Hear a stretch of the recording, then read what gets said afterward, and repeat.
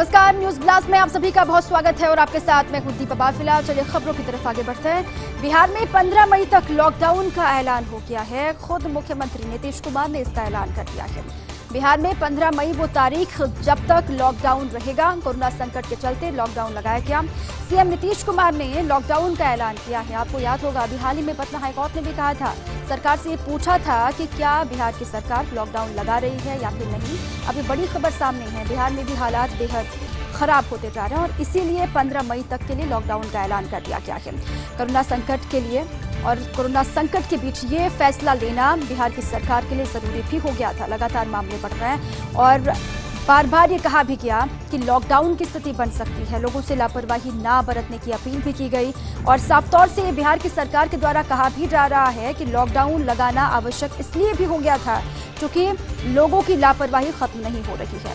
Corona का दौर लगातार जारी है। भयावह रूप कोरोना का बिहार हो या फिर देश के अलग अलग हिस्से हों, लगातार मामले बढ़ रहे हैं और बिहार में बड़ा फैसला अब हो सकता है कि आने वाले वक्त में देश के अलग अलग राज्यों में भी लॉकडाउन की स्थिति उभर कर सामने आए। हालांकि वीकेंड लॉकडाउन चल रहा है, वीकेंड कर्फ्यू भी चल रहा है, तमाम एहतियात बरते जा रहे राज्य की सरकार के द्वारा, लेकिन ये बिहार सरकार का फैसला हो सकता है इसी तरीके से और भी राज्यों में फैसला देखने को मिले लॉकडाउन को लेकर। लेकिन ये बड़ी खबर है कि बिहार सरकार ने लॉकडाउन का ऐलान कर दिया है। 15 मई वो तारीख जब तक बिहार में लॉकडाउन रहेगा। जरूरी सामान के लिए लोगों को सफर नहीं करना होगा, आम लोगों को कोई परेशानी ना हो, ये भी सरकार की जिम्मेदारी है और इसीलिए भी जो प्रशासनिक अमला है उसको अलर्ट कर दिया गया है। लोगों को परेशानी ना हो, दिक्कत ना हो, इसका ख्याल भी सभी को रखना है। लेकिन कोविड को हराने के लिए लॉकडाउन ही एकमात्र समाधान, ये बिहार की सरकार ने मान लिया है और लॉकडाउन की स्थिति वहां पर दिखाई दे रही है। 15 मई तक लॉकडाउन का ऐलान। कोरोना को लेकर संवेदनशील मुख्यमंत्री गहलोत। कोरोना को लेकर और कोरोना के हालात को लेकर लगातार संवेदनशील है मुख्यमंत्री अशोक गहलोत। मुख्यमंत्री गहलोत आवास पर आइसोलेशन में हैं, कोविड पॉजिटिव हैं और लगातार नजर प्रदेश के हालातों पर है। आइसोलेशन में है अपने आवास में और कोरोना संक्रमित होने के बावजूद फोन पर अधिकारियों से लगातार संपर्क कर रहे हैं। खुद कोरोना की जद में है लेकिन उसके बावजूद भी फोन के जरिए अधिकारियों से लगातार फीडबैक ले रहे हैं कि अलग अलग हिस्सों में आखिर चलता रहा है। केंद्र के अधिकारियों और नेताओं से भी फोन पर लगातार बात कर रहे हैं। वो केंद्र के अधिकारी हों, केंद्र के तमाम मंत्री हों, उनसे भी लगातार टच में है, उनसे भी लगातार बातचीत हो रही है। सीएम की ऑक्सीजन की सप्लाई के लिए जुटे हैं सीएम गहलोत। ऑक्सीजन की कमी से किसी मरीज की जान ना जाए, ये कोशिश लगातार सरकार की है और यही कोशिश केंद्र की सरकार भी लगातार कर रही है कि राज्यों को ऑक्सीजन की कमी जो दिखाई दे रही है या फिर जो बढ़ रही है उसको जल्द से जल्द उसकी आपूर्ति की जाए और कहीं पर कोई नुकसान ना हो, ये लगातार कोशिश है। लेकिन उसके इतर तमाम खबरें ऑक्सीजन की कमी की वजह से जान जाने की आ रही है। लेकिन ऑक्सीजन की सप्लाई के लिए सीएम गहलोत लगातार जुटे हुए हैं, केंद्र के संपर्क में हैं। विदेश से आयात को लेकर अधिकारियों को निर्देश उन्होंने पहले ही दे दिया है। आज शाम को कोविड समीक्षा बैठक लेंगे सीएम गहलोत। अब आज शाम को भी कोविड समीक्षा बैठक उनकी होनी है। अब बैठक में क्या कुछ खास होता है, हालांकि पहले ही कई कदम उठाए गए हैं। जहां जहां पर भी हालात बेकाबू हैं, वो राजधानी जयपुर हो, जोधपुर हो, अलग अलग हिस्से जहां पर मामले बढ़ रहे हैं या फिर जहां पर लोगों की लापरवाही खुलकर सामने आ रही है, वहां पर पहले ही प्रशासनिक अधिकारियों को ये कह दिया गया है कि बिल्कुल भी हीला हवाली ना करें, बिल्कुल भी लापरवाही बर्दाश्त ना हो, क्योंकि लोगों के लिए, लोगों के हित में बनाए गए नियम है, वो प्रोटोकॉल सिर्फ और सिर्फ आम लोगों के लिए है। अगर लापरवाही बरतते हैं, कोविड के प्रोटोकॉल की पालना नहीं करते हैं तो ये खतरनाक साबित होगा प्रदेशवासियों के लिए और ये किसी के लिए भी अच्छा नहीं है। इसलिए लगातार बैठक भी कर रहे हैं, प्रदेश के अलग अलग हिस्सों से लगातार अधिकारियों के संपर्क में भी हैं, उनसे फीडबैक भी ले रहे हैं कि आखिर जिलों की स्थिति क्या बनी हुई है। आज शाम को भी कोविड समीक्षा बैठक होनी है, अधिकारियों से फीडबैक लेंगे। उसके बाद हो सकता है कोई बड़े फैसले भी निकल कर सामने आए और लगातार इस पर विचार भी किया गया कि जो भी संभव होगा, जो आम लोगों के लिए हित में होगा, आम लोगों के लिए भलाई के लिए होगा, वो सरकार करेगी और हर कदम उठाए जाएंगे जो जरूरी होगा। अब नजर आज शाम को होने वाली कोविड समीक्षा बैठक पर लगातार टिकी हुई है। कोरोना को लेकर संवेदनशील मुख्यमंत्री गहलोत संक्रमित होने के बावजूद प्रदेश की जनता के लिए लगातार मेहनत कर रहे हैं। खुद पॉजिटिव हैं, खुद आइसोलेशन में है, लेकिन उसके बावजूद भी प्रदेश की जनता के लिए लगातार मेहनत वो करते हुए दिखाई दे रहे हैं। वीसी के जरिए अधिकारियों को लगातार निर्देश दे रहे हैं, वीसी के माध्यम से अधिकारियों से लगातार जुड़ते हैं, उनको निर्देश भी देते हैं। केंद्र सरकार की ओर से राजस्थान के लिए ऑक्सीजन का कोटा बढ़ाने के संकेत मिले हैं। अब ये उम्मीद है केंद्र सरकार पर, ये नजर भी लगातार है कि केंद्र की सरकार ऑक्सीजन का कोटा बढ़ाए और ऐसे संकेत भी मिल रहे हैं। बढ़े हुए कोटे की आपूर्ति जामनगर से करने की मांग की गई है। प्रदेश के कुछ अस्पतालों में भारत सरकार की ओर से ऑक्सीजन प्लांट लगाए जाएंगे। नेवेली लिग्नाइट द्वारा ऑक्सीजन कंसंट्रेटर के सहयोग की पेशकश भी की गई है। जिला कलेक्टर से ऑक्सीजन प्लांट के लिए जमीन चिन्हित करने को भी कहा गया है और कुछ कंपनियों से नाइट्रोजन और एलएनजी के टैंकर प्राप्त हुए। 2 टैंकर्स का रूपांतरण करवाकर उनसे ऑक्सीजन के उठाव का काम शुरू किया गया और शेष टैंकर्स को ऑक्सीजन परिवहन के उपयुक्त बनाने के लिए इनके शुद्धिकरण की प्रक्रिया चल रही है। पश्चिम बंगाल के पानागढ़ से भी 4 अतिरिक्त टैंकर्स लाने के प्रयास लगातार चल रहे हैं और चीन साथ में रूस से भी कंसंट्रेटर्स के आयात की प्रक्रिया को अंतिम रूप दिया जा रहा है। दुबई, मुंबई से भी कुछ फर्मों से कंसंट्रेटर्स खरीद के लिए चर्चा लगातार जारी है और मई के अंत तक प्रदेश में लगभग 25,000 कंसंट्रेटर्स उपलब्ध हो जाएंगे, ऐसी उम्मीद है और लगातार इसकी सिफारिश में लगे भी हुए हैं खुद सूबे के मुखिया अशोक गहलोत। बेवजह घूमना पड़ सकता है भारी, आपको घर पर रहना है, ये बार बार सरकार की कह रही है। बेवजह घूमना आपके लिए परेशानी वाला साबित हो सकता है, महंगा पड़ सकता है। जन अनुशासन पखवाड़े में पुलिस सतर्क है। पुलिस लगातार अलर्ट मोड पर है। अलग अलग हिस्सों में मोर्चा संभाले हुए हैं पुलिस के तमाम बड़े अधिकारी। बेवजह घूम रहे लोगों को क्वारंटीन और चालान काटने का अभियान लगातार जारी है। जो बेवजह घर से बाहर निकल रहे हैं, अभी भी लापरवाही नहीं छोड़ रहे हैं, उन लोगों के लिए ये खबर बेहद महत्वपूर्ण है। उन लोगों को क्वारंटीन कर दिया जाएगा। चालान काटने का अभियान लगातार जारी है। पुलिस महानिदेशक एमएल लाठर ने ये जानकारी दी है। महामारी रेड अलर्ट जन अनुशासन पखवाड़े के दौरान पुलिस की सख्ती लगातार बरकरार है। अब शहरों में अधिकतर लोग घर से बाहर रहने पर मास्क पहन रहे हैं। बिना वजह घर से बाहर घूमने वाले करीब 1900 लोगों को किया संस्थागत क्वारंटीन और साथ ही एक दिन में कोविड अनुशासन दिशा निर्देशों के उल्लंघन पर 47,000 चालान किए गए हैं। और लगातार ये हम भी आपसे रिक्वेस्ट कर रहे हैं, गुजारिश ये आपसे है कि बिल्कुल भी लापरवाही आप ना बरतें। जन अनुशासन पखवाड़ा भी चल रहा है। अगर सड़कों पर बेवजह घूमते हुए दिखाई आप देंगे तो आपको क्वारंटीन कर दिया जाएगा। मास्क पहनना है, 2 गज की दूरी रखनी है। जब अति आवश्यक काम होता है तो ही आपको घर से बाहर निकलना है। इस बात का बहुत ख्याल रखें। प्रदेश के 3 विधानसभा उपचुनाव का विश्लेषण आपके सामने है। विधानसभा उपचुनाव में कांग्रेस का प्रदर्शन अच्छा रहा। प्रदेश के 3 विधानसभा उपचुनाव हुए, उसका पूरा एनालिसिस आपको बताते हैं कि विधानसभा उपचुनाव में कांग्रेस का जो परफॉर्मेंस था, प्रदर्शन था, वो अच्छा रहा।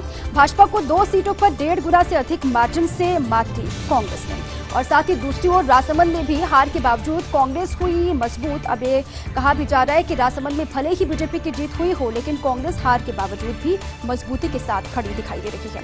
2018 विधानसभा चुनाव में किरण माहेश्वरी जीती थी 24,000 वोटों से, लेकिन उपचुनाव में ये मार्जिन घटकर रह गया मात्र 5,000 ही। और 2018 में बीजेपी से 0.5% वोट अधिक लेकर कांग्रेस ने बनाई थी सरकार और उपचुनाव में कांग्रेस के 10% वोट बढ़ने से भाजपा खेमे में चिंता की लहर है। जबकि उपचुनाव में 2018 के मुकाबले 9% कम हुआ मतदान और इसीलिए हम कह रहे हैं कि 3 सीटों पर विधानसभा चुनाव ये साख की बात हो गई थी सरकारों के लिए भी। सरकार खुद राजस्थान की, लेकिन विपक्ष के तौर पर बीजेपी के लिए भी 2023 की तैयारी के तौर पर इसको देखा जा रहा था। लेकिन चिंता वाली बात उभर कर सामने आई है। जो मार्जिन रहा था पहले, वो मार्जिन घटकर महज 5,000 का रह गया है राजसमंद में।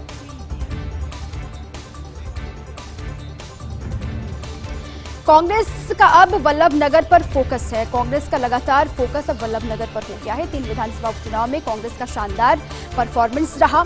ऐसे में वल्लभनगर में जीत को लेकर भी कांग्रेस कॉन्फिडेंट दिखाई दे रही है। अब वल्लभनगर में भी विधानसभा के उपचुनाव होने हैं।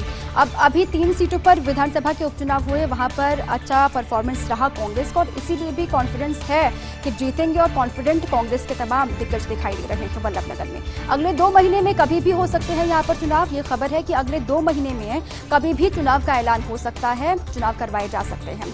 गजेंद्र सिंह शेखावत के निधन के बाद ये सीट खाली हुई और वैसे वल्लभनगर में हमेशा ही कांग्रेस को मिला है जनता का साथ। अब इसलिए भी कांग्रेस वाले आश्वस्त हैं कि हमेशा से वल्लभनगर की सीट से जीत हुई है कांग्रेस की। हमेशा जनता ने भरोसा किया है कांग्रेस पर, क्योंकि इस बार तो सरकार भी है और इसलिए ज्यादा आश्वस्त वो दिखाई दे रहे हैं। कहा यह भी जा रहा है कि जिस तरीके से 2 जगहों पर सहाड़ा, सुजानगढ़ में कांग्रेस के कामकाज के आधार पर उनको चुना गया, उसी तरीके से वल्लभनगर में भी जीत कांग्रेस की होगी। बीजेपी को मुंह की खानी पड़ेगी। लेकिन स्थानीय पार्टी जनता सेना के वर्चस्व से पड़ना होगा पार।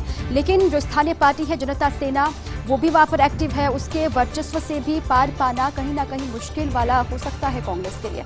जानकार सूत्रों के मुताबिक भाजपा भी यहां जीत के लिए रणधीर सिंह भिंडर के परिवार से संपर्क लगातार साध रही है, लेकिन रणधीर सिंह भिंडर और कटारिया की अदावत को खत्म करना चुनौती है। भाजपा का एक धड़ा भिंडर की पत्नी को टिकट देने के पक्ष में है। ऐसे में पार्टी कटारिया को राजी करने की कोशिश में लगातार जुटी हुई है। अब क्या होगा इस सीट पर, दोनों ही पार्टियों का रुख इस पर लगातार नजर रहेगी।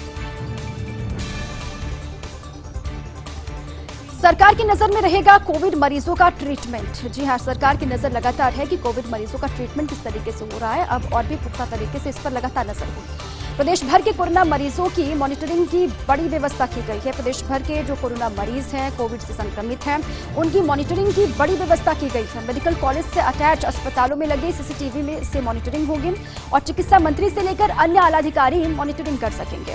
चिकित्सा शिक्षा विभाग कर रहा इसके लिए बड़ी कवायद और अस्पतालों के सभी सीसीटीवी को ऑनलाइन करने की कवायद भी चल रही है। खुद चिकित्सा शिक्षा सचिव वैभव गालरिया कर रहे कवायद की मॉनिटरिंग और साथ ही अभी तक MDM Jodhpur, ASI Udaipur, MCH Bikaner, Barmer और भीलवाड़ा के अस्पताल के सीसीटीवी हो चुके हैं ऑनलाइन और आरयूएचएस समेत अन्य बड़े अस्पतालों के सीसीटीवी भी जल्द होंगे ऑनलाइन। दरअसल प्रदेश भर के कई अस्पतालों को लेकर नेगेटिव फीडबैक भी मिल रहा है। ऐसे में फील्ड में सीधी मॉनिटरिंग के लिए विभाग कर रहा ये एक्सरसाइज और जल्द ही इस पर मजबूती के साथ आगे बढ़ा भी जाएगा, ऐसी खबर है।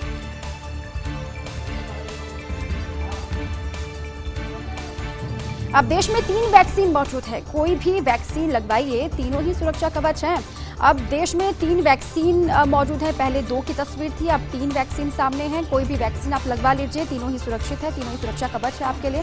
देश में पहले से लग रही कोवैक्सीन और कोविशील्ड और साथ ही रूस की स्पुतनिक वी आने के बाद टीकाकरण तेज होने की उम्मीद है। संक्रमण कम करने के साथ साथ मौत की आशंका को भी कम करता है वैक्सीन। अब खबर यह है कि पहले से ही कोवैक्सीन थी, कोविशील्ड थी, रूस की स्पुतनिक 5 आने के बाद से टीकाकरण को और धार मिलेगी, ऐसी उम्मीद है। संक्रमण कम करने के साथ साथ मौत की आशंका को भी कम करता है वैक्सीन और इसीलिए चूंकि पहले 45+ वाले लोगों को वैक्सीनेट किया जा रहा था, लेकिन अब वैक्सीन की संख्या भी बढ़ गई है। कोवैक्सीन, कोविशील्ड जितनी ही सुरक्षित है उतनी ही सुरक्षित बताई जा रही है स्पुतनिक 5 को भी, जो कि अब इंडिया में उपलब्ध है। अब हालांकि अभी वैक्सीन की खेप कम है, लेकिन धीरे धीरे वैक्सीन आएगी, उसके बाद और भी धार मिलेगी, ऐसी उम्मीद है और संक्रमण में भी कमी आएगी, ऐसा कहा जा रहा है। हालांकि कोविड लगातार बढ़ रहा है और ऐसे में चुनौती भी ये है कि सभी लोगों को किस तरीके से वैक्सीन लगाई जाए और बार बार सरकारें आपसे भी ये गुजारिश कर रही है कि आप भी वैक्सीनेशन की पूरी प्रक्रिया का हिस्सा बने अगर आप भी योग्य हैं, क्योंकि अब 18+ के लोगों को भी वैक्सीनेट किया जा रहा है। वैक्सीनेशन की प्रक्रिया में उनसे भी लगातार ये अपील की जा रही है कि वो भी सामने आएँ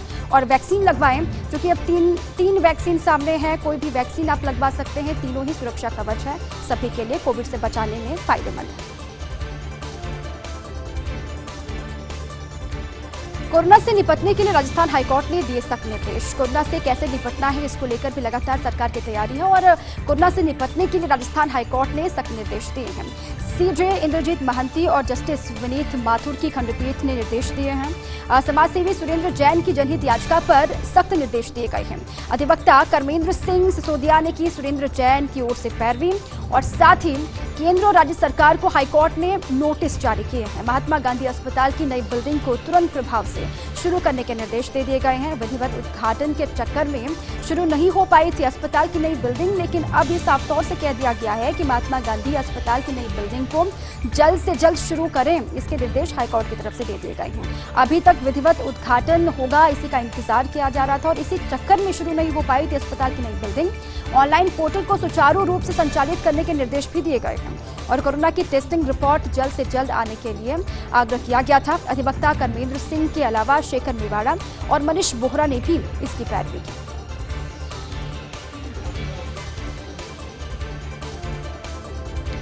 सरकारी कर्मचारियों के बीच की रोचक गपशप क्या है आपको बताते हैं। इन दिनों गपशप में हो रही है बस यही चर्चा, इस बार की तो मिल गई, अगली बार की देखी जाएगी। अब इस बार जो सरकारी कर्मचारियों के बीच में गपशप चल रही है, रोचक गपशप इसे आप कह सकते हैं, उसको आपको बता रहे हैं। इस बार की तो मिल गई, अगली बार की देखी जाएगी। वेतन के बारे में यही सोच रहे सरकारी कर्मचारी। ऐसे में जबकि कई संघ दे चुके वेतन कटौती की सहमति और साथ ही तो कर्मचारी नेताओं में पड़ रहा बड़ा दबाव। ऐसे में तनाव कम करने के लिए आखिरकार एक कर्मचारी नेता ने यही की टिप्पणी और इस बार का तो हो गया, अगली बार का देखा जाएगा। अब लगातार यही चर्चाएं चल रही है सियासी गलियारों में भी, क्योंकि सरकारी जो कर्मचारी हैं वो वेतन को लेकर इस तरीके से गॉसिप करते हुए दिखाई दे रहे हैं।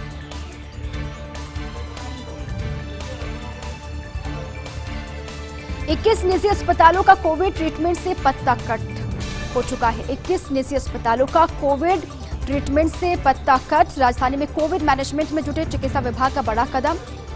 20 बेड से कम क्षमता के अस्पतालों को किया गया है सूची से बाहर। अब जहां पर भी 20 बेड से कम क्षमता है उन अस्पतालों को सूची से बाहर कर दिया गया, लिस्ट से बाहर कर दिया गया है। राजधानी में कोविड मैनेजमेंट में जुटे चिकित्सा विभाग का बड़ा कदम ये है। कोई भी क्योंकि देरी ना हो इसके मोड में चिकित्सा महकमा भी है, इसलिए ये कदम उठाया भी गया है। दरअसल इसमें से कई अस्पतालों को लेकर मिल रही थी शिकायतें। ये अस्पताल पहले करते मरीज को भर्ती, फिर बताते ऑक्सीजन संकट। अब अस्पतालों से ये शिकायतें तमाम मिल रही थी कि पहले मरीजों को एडमिट तो किया जाता है, लेकिन उसके बाद जब इलाज चालू हो जाता है फिर ऑक्सीजन संकट बता दिया जाता है। कई अस्पतालों में ऑक्सीजन संकट के नाम पर मरीजों से मनमानी वसूली भी हुई, ऐसी शिकायतें भी मिली। इसके साथ ही अब एसएमएस में शुरू हो चुका है कोविड का ट्रीटमेंट, और जिसके चलते एसएमएस में भी ऑक्सीजन सिलेंडर्स की अत्यधिक जरूरत है। ऐसे में ऑक्सीजन मैनेजमेंट का तर्क देकर इन अस्पतालों को बाहर किया गया। कोविड ट्रीटमेंट के सूचीबद्ध अस्पतालों की सूची से बाहर इनको कर दिया गया है। अब इन निजी अस्पतालों की ऑक्सीजन भेजी जाएगी एसएमएस को। और इसी पर अधिक जानकारियों के साथ मेरे सहयोगी विकास शर्मा जुड़ चुके हैं। विकास, अब चिकित्सा महकमा भी अलर्ट मोड पर आ गया है। तमाम ऐसी शिकायतें मिली जो निजी अस्पताल हैं उनको लेकर कि वो मनमाना भी वसूल रहे हैं, लगातार उनकी तरफ से लापरवाही भी की जा रही है, एडमिट मरीजों को कर दिया जाता है, फिर तमाम दिक्कतें बताती जाती हैं। उसी फहरिस्त में आगे बढ़ते हुए ये कदम उठाया गया है। बिल्कुल दीपा, देखिए बड़ा कदम है सरकार की तरफ से। और जिस तरह से कह सकते हैं कि जयपुर में कोरोना बेकाबू हो रहा है, जिस तरह से कोरोना का ट्रीटमेंट जो है उस पर विशेष फोकस किया जाना है, कि स्ट्रेटजी के तहत फोकस किया जाना है, उसी के तहत चिकित्सा विभाग ने बड़ा कदम उठाया, जिसके अंदर की 20 बेड से कम क्षमता के जो अस्पताल थे जिनको कोविड ट्रीटमेंट के लिए सूचीबद्ध कर रखा था, उन सभी को सूचीबद्ध जो लिस्ट है उसमें से बाहर कर दिया गया है। उसका जो कारण है वो हम आपको अपडेट कर दें कि अब तक आरयूचित के बाद में और दूसरा कोई बड़ा अस्पताल नहीं था जहाँ पर ट्रीटमेंट नहीं हो रहा है, लेकिन अब ऐसे में अस्पताल को भी इस पर अधिकृत कर दिया गया है। राजस्थान के अंदर सभी को पता है कि ऑक्सीजन का संकट बना हुआ है। ऐसे में जब ट्रीटमेंट भी शुरू किया गया है तो वहाँ पर बेड उपलब्धता है, संसाधन उपलब्ध है, लेकिन वहाँ पर ऑक्सीजन की दिक्कत है। और यही बात है कि जो छोटे अस्पताल है वहाँ पर तकरीबन एक अस्पताल को 10 से 12 सिलेंडर रोज जाते हैं। ऐसे 20 के आसपास जो अस्पताल थे जो भी छोटे अस्पताल है, और वहाँ पे करीबन 200 से 300 सिलेंडर रोज जाते हैं। लेकिन वहाँ से अगर इन आउटपुट की बात करें तो कोई 50 से 60 मरीज है उनको ही ट्रीटमेंट मिल पा रहा है, बाकी मरीजों को ट्रीटमेंट नहीं मिल पा रहा है। इन अस्पतालों की ये भी शिकायत थी कि आए दिन ये शिकायत आ रही थी कि वो ऑक्सीजन संकट का हवाला देकर के ट्रीटमेंट के बीच में ही मरीज से हाथ खड़ा कर देते थे। इस तरह की शिकायतों के बाद में चिकित्सा विभाग का बड़ा कदम है। उन्होंने 21 अस्पताल जो है उनको कोविड ट्रीटमेंट की जो सूचीबद्ध लिस्ट है उसमें से बाहर कर दिया है। और इन अस्पतालों को निर्देश दिए गए हैं कि वो सिर्फ एसिम्प्टोमेटिक पेशेंट है उनका ट्रीटमेंट कर सकते हैं, बाकी ऑक्सीजन की रिक्वायरमेंट के लिए अगर कोई पेशेंट भर्ती करता है तो उनको आप दूसरी जगह रेफर करिए।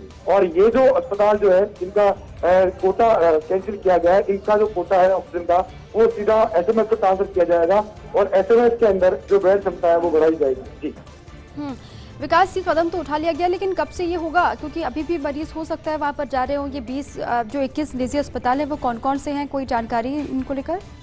देखिए, जो 21 अस्पताल है उसमें कई अस्पताल है लेकर के हम आपको नाम भी बताना चाहेंगे। कि आर्या हॉस्पिटल है, बालाजी केयर हॉस्पिटल है, बालाजी हॉस्पिटल कालवाड़ है, चौहान हॉस्पिटल है, जय गणपति ENT हॉस्पिटल जामनेरी है, हॉस्पिटल है, मंगलम हॉस्पिटल है, इसके अलावा हॉस्पिटल है, इसके अलावा राजपुराना मेमोरियल हॉस्पिटल है, रेखा हॉस्पिटल है, और तमाम तरह के कई हॉस्पिटल हैं। कुल 21 हॉस्पिटलों के नाम जो है इस सूची में शामिल किए गए हैं, जो कि 20 बेड से कम क्षमता के हैं और इनको सरकार की तरफ से ऑक्सीजन प्रोवाइड कराई जा रही थी।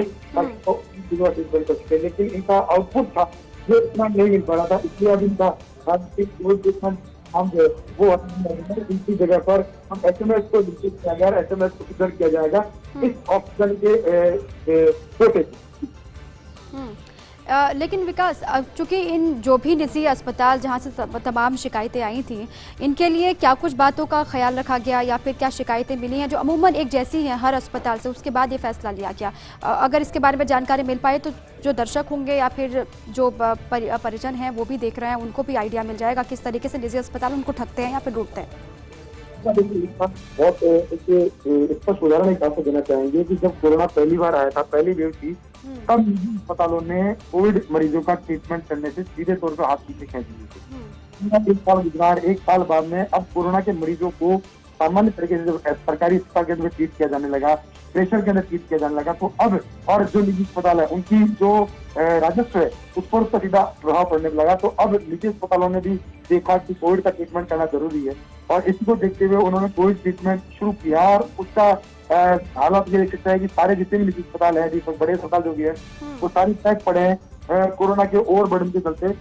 लेकिन साथ में इन अस्पतालों के अंदर जो मरीजों से मनमानी वसूली है वो भी लगातार सामने आ रही है। हम बात करते हैं रेमडेसिविर इंजेक्शन की, सरकार ने 2800 रुपए उसके दाम तय किए हैं, लेकिन तमाम जो अस्पताल है वो 2400 रुपए, 5400 रुपए, 3400 रुपए, 4500 रुपए के अंदर रेमडेसिविर इंजेक्शन जो है वो मरीजों को उपलब्ध करा है। और ये हम किसी अस्पताल पे आरोप नहीं लगा रहे, ये राज्य सरकार खुद चिकित्सा मंत्री के निर्देशन पे गठित उच्च स्तरीय कमेटी की जांच रिपोर्ट की बात की है, जिसमें कि तकरीबन आधा दर्जन से अधिक बड़े अस्पतालों के नाम सामने आ चुके हैं जिन्होंने मनमानी वसूली करी है और इन अस्पतालों पे कार्रवाई भी प्रस्तावित है।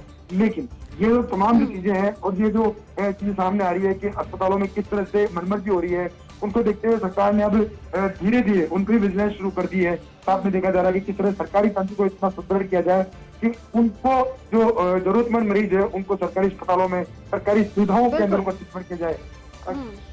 बिल्कुल विकास, जो मनमानी करेगा ऐसे हालातों में भी उस पर कार्रवाई होगी, साफ तौर से ये सरकार ने कह दिया है, वही होता हुआ भी दिखाई दे रहा है। बहुत शुक्रिया आपका तमाम जानकारियों के लिए भी और अपडेट के लिए। चलिए एक बार फिर से आगे बढ़ते हैं खबरों की तरफ। पेट्रोल की सेंचुरी, जी हाँ, चुनाव खत्म हो गए, फिर बढ़ने लगे दाम। चुनाव खत्म के साथ ही फिर से पेट्रोल डीजल की कीमतें आसमान छूने लगी हैं, बढ़ने लगी हैं। आज पेट्रोल 22 पैसे, डीजल 25 पैसे महंगा हुआ और आज पेट्रोल की दर रही 96 रुपये 98 पैसे प्रति लीटर और साथ ही आज डीजल 89 रुपये 45 पैसे प्रति लीटर रही। प्रीमियम पेट्रोल की दर पहुंची एक बार फिर 100 के पार।